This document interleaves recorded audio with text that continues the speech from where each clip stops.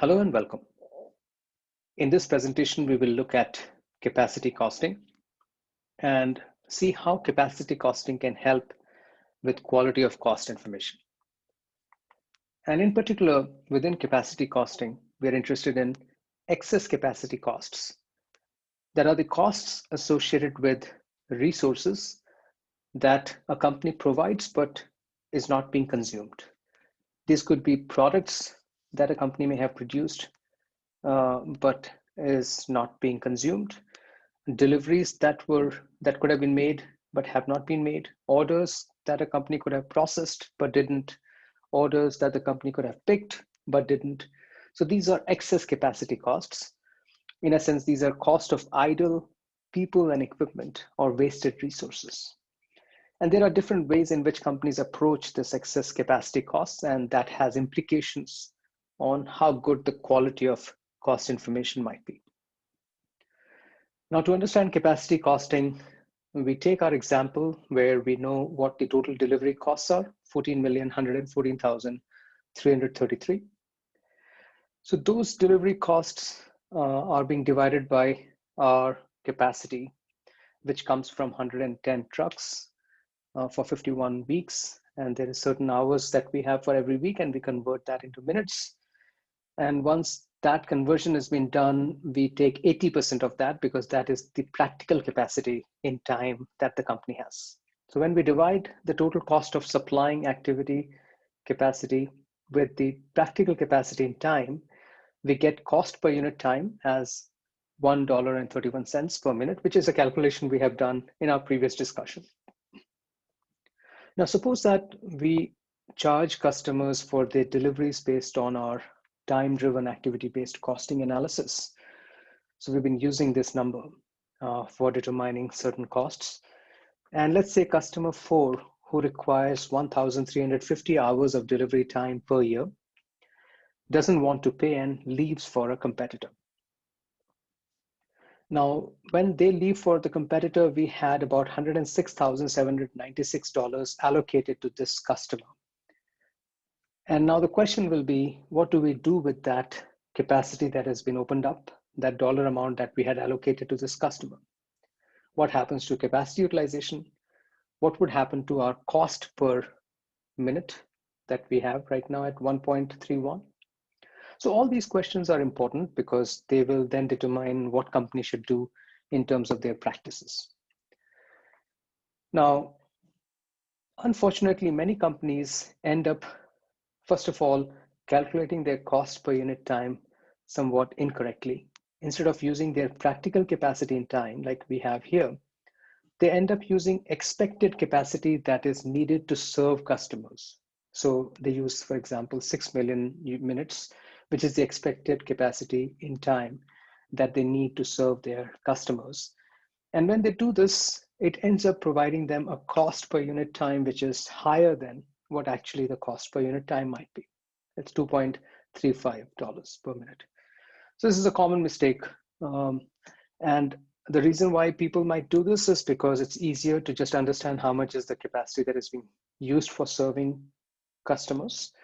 But the implication of this is that it makes the company less competitive because they have overestimated their costs, and by doing so, their pricing will be less competitive than others.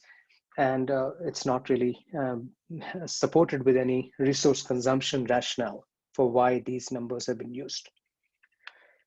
Now, this gets even more worse when some customer leaves the company. So if the company has been using 6 million minutes and having $2.35 per minute, when there's a customer that drops out, like we just talked about, this number in the denominator starts to decrease. And now we have a new number, which is 5,918,500 minutes. And that ends up increasing cost per unit time. So from $2.35, it has now become $2.38, making it even less competitive for the company to do business. So there's a denominator that is decreasing, an allocation rate that is increasing, and these remaining customers are being allocated this excess capacity cost, whereas the resource consumption that is needed for these remaining customers has not changed. So it creates a disconnect between what the resources are being employed and what exactly the cost structure is telling. So this process of moving customer related costs to all other customers that currently remains is not really a true reflection of resource consumption, and can also lead to a death spiral for a company because it makes it less and less competitive if they keep on doing this.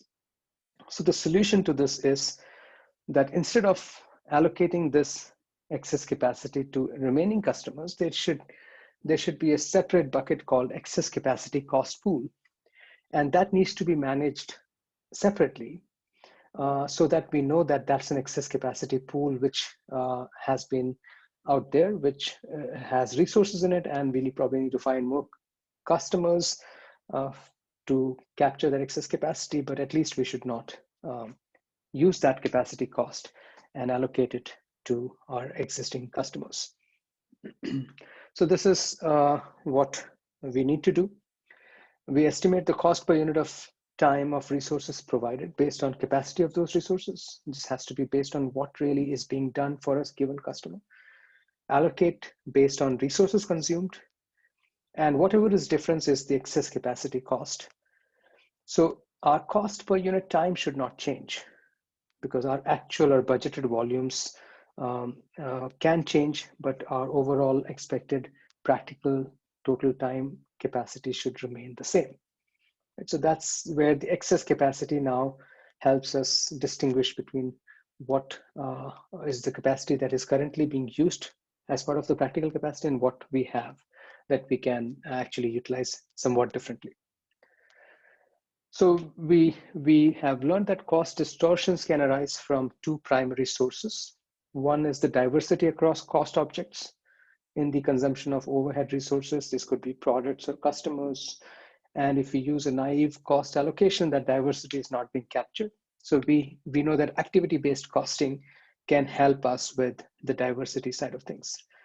And the second source is an inappropriate allocation of excess capacity cost to cost objects.